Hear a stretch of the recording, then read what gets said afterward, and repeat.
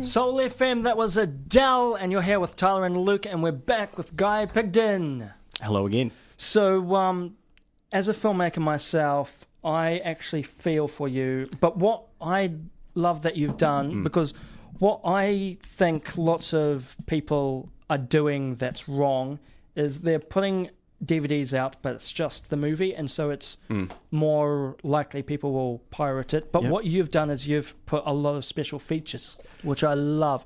You've got at least 3 audio commentaries. I love commentaries. So I would buy DVDs just... Even if I've seen the movie at the cinema, I'd still buy it on DVD just for the special features. Yeah, absolutely. I think that is, and to be honest, I wanted to have more. We had a sort of a making of that I just didn't have time to sort of put in, which was this very extensive look at, making a very difficult film. But we just sort of ran out of time before the release to put that together. But I agree that special features and stuff like that is a great way to sort of say, hey, like, this is absolutely worth, paying money for, so you get the stuff. And for us, those 3 commentary tracks, like, do take you quite in depth into the making of the film, and they're pretty funny. And like, I love, I guess that was one of my dreams when I started filmmaking, is like, man, I look forward to the day when I get to sit down and do my first director's commentary. So that was a big thrill for me to do a couple of those. It was pretty cool. And for all sort of aspiring filmmakers out there, those director commentary tracks, I think, are very useful, and ours is as well. Yeah, adds a bit of exclusivity as to the compared to those that just use video piracy methods. And probably could give you that big edge over in DVD's industry. Muffled a bit. So, what do you actually say to the people that have watched your film illegally? Would you tell them that they should get a copy of the DVD? Or I'd say, look, you don't even have to get a copy of the DVD. You can just purchase it on iTunes. It's available on iTunes and on DVD for $10, I think, at Mighty Ape right now. And we have all those details if you go to www.facebook.com/ISAZH. And you sort of click on the photos and stuff like that. It has the links of all the ways that you can sort of purchase online. So it's very easy. Just click through and order it. I would just say that, like, this film took me 5 years to make. And I didn't get paid to make it. This money, this film only cost me money. And so I put a lot of my money and my time into trying to make an awesome film for everyone to enjoy. And so when you sit there and just click on the YouTube link, or you click on your torrent site or whatever, really what you're affecting is all the people that worked, because also all the actors and stuff, although they were paid very minimally. They weren't paid what they should be. They weren't paid industry rates because we only had a very small budget. And so it's all those people. So you want to see, like, you want to see new filmmaking talent emerge, and you want to support, I guess, the industry as a whole. It's worth just spending that little extra money, because it makes a huge difference to all of us, because all of us are the people that will benefit from that, and all of us are the people that are hurt when you don't. Absolutely fair point. But I actually have a few questions about the movie itself. Sure. More the strategical directing side of it. Yeah.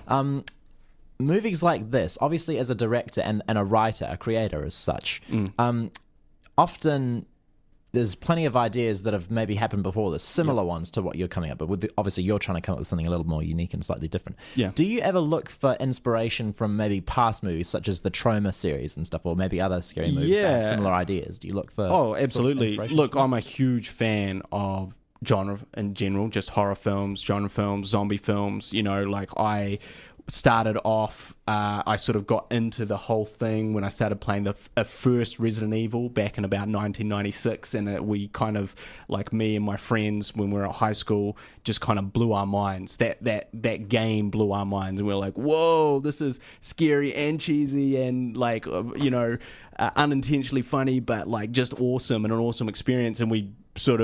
And then I started watching all these zombie films, and obviously Peter Jackson is a huge influence. And I think that, as a filmmaker, you're influenced by all these people. The important thing is not to, I guess, imitate them, but infuse all of that, but with your own voice. And I think, one of my big goals making a zombie film, because I know there's a million zombie films out there, I've watched them all, is to make something that was unique, that's something that was original, and for zombie fans, for people like me to see and watch and go, oh shit, there's some cool shit that I haven't seen in here before.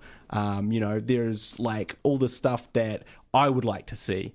And so that was definitely, and I think, for example, how this film, really got made was the strength of its script. And it was because the script at that time was very unique and original. And I'd written 10 or 11 scripts before that were too derivative of other films. They were too much.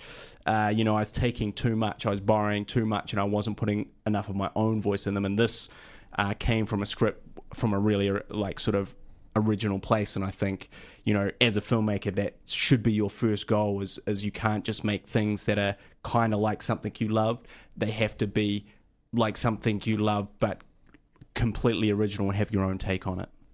Yeah, absolutely. Your own imagination. Everyone's different, and you can tell a movie's different Yeah. by the different people that direct it. They have all different imaginations and everything. And it takes a while to find your own voice as well, I think. It does, yeah. When you're starting off and you're young, you're just absorbing everything around you, and you're inspired by all this stuff, but you don't know how to put your own spin on it. You haven't all taken it in yet, and you don't know exactly how to convert it into imagination and creations. Yeah, absolutely know what you mean there. I've done similar ideas with composing before. You do need to look for inspirations, and it does take time. Yeah. So you and Harley had been doing short films for years and years and years. When you look back at those short films and look at this film, what's the biggest difference? Well, I mean, there's differences. There's huge differences, I think.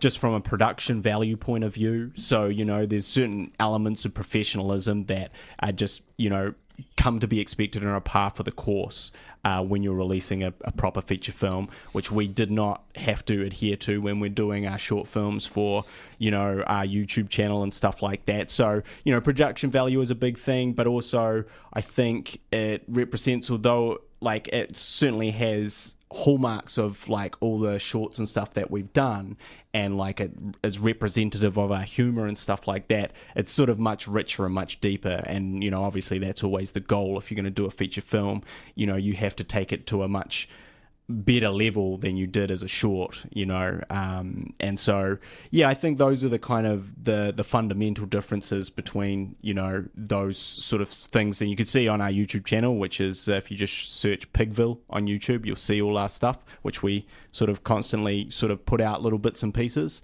So I recommend that you guys do that. But and then this was, I guess, just a big leap up in terms of everything. Yeah. All right, well, good stuff. We'll have more from Guy coming up next, but this is Loverboy, Chairman of the Board on Soul FM. Let's get it on.